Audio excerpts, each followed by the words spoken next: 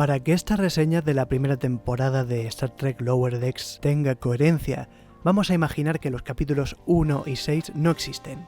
El primero solo sirve para presentar a los personajes y marcar la diferencia de tono respecto al resto de series.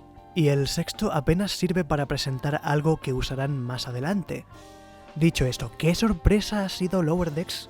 Al principio parecía una mera imitación de esa mezcla de tributo y comedia que propuso The Orville, pero ha demostrado ser una de las mejores temporadas de arranque de la franquicia Star Trek.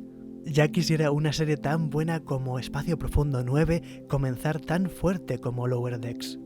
La protagonista de Lower Decks, Mariner, puede comportarse de un modo excesivamente irrespetuoso para una alférez. De hecho, estando Mariner y otros personajes histriónicos, no comprendo por qué hay tanta gente que en su lugar se empeña en odiar a Boimler.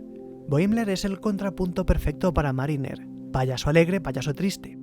Será lo de siempre, que quieren proyectarse en un hombre blanco rudo e invencible y no hay ninguno que no quede en ridículo por ello mismo. Si Mariner causa tanto caos, ¿cómo es que no la expulsan de la flota estelar? Respuesta corta, porque la nave Cerritos no es la Enterprise. Estamos tan acostumbrados a seguir las aventuras de las naves insignia que nos choca ver cómo viven en las naves más corrientes. Pues bien, aquí están. Así son las cubiertas inferiores cuando Picard no está mirando.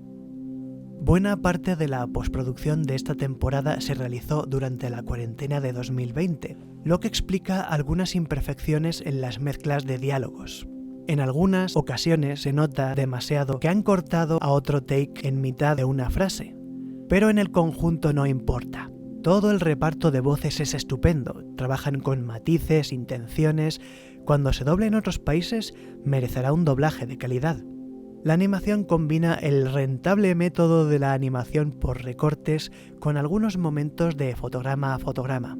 En ese sentido, sigue la estela de la serie animada de los 70, pero con mucho más presupuesto. Digamos que los animadores toman muchos atajos para no tener que dibujar símbolos nuevos, pero se nota a la legua que saben el efecto que quieren emular.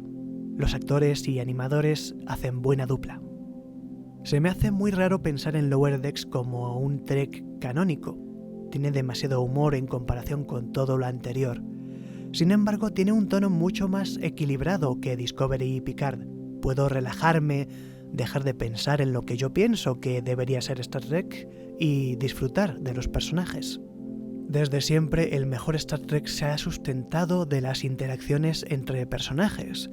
Los personajes de esta serie serán todo lo alocados que quieras, pero al menos puedo creer en ellos. No necesitan una trama de proporciones épicas, galácticas para llamar mi atención. Basta con usar la fórmula clásica de la serie original. Tomas un tema de interés cotidiano y lo transformas en una historia de ciencia ficción. Ejemplo, Charlie X, aquel episodio de la serie original donde un adolescente tiene poderes y es un impaciente que quiere lío con la ayudante de campo Rand. Esa trama es memorable porque había cosas fantasiosas, pero sobre todo porque hablaba de la madurez de la personalidad y de cómo hay que respetar a las mujeres.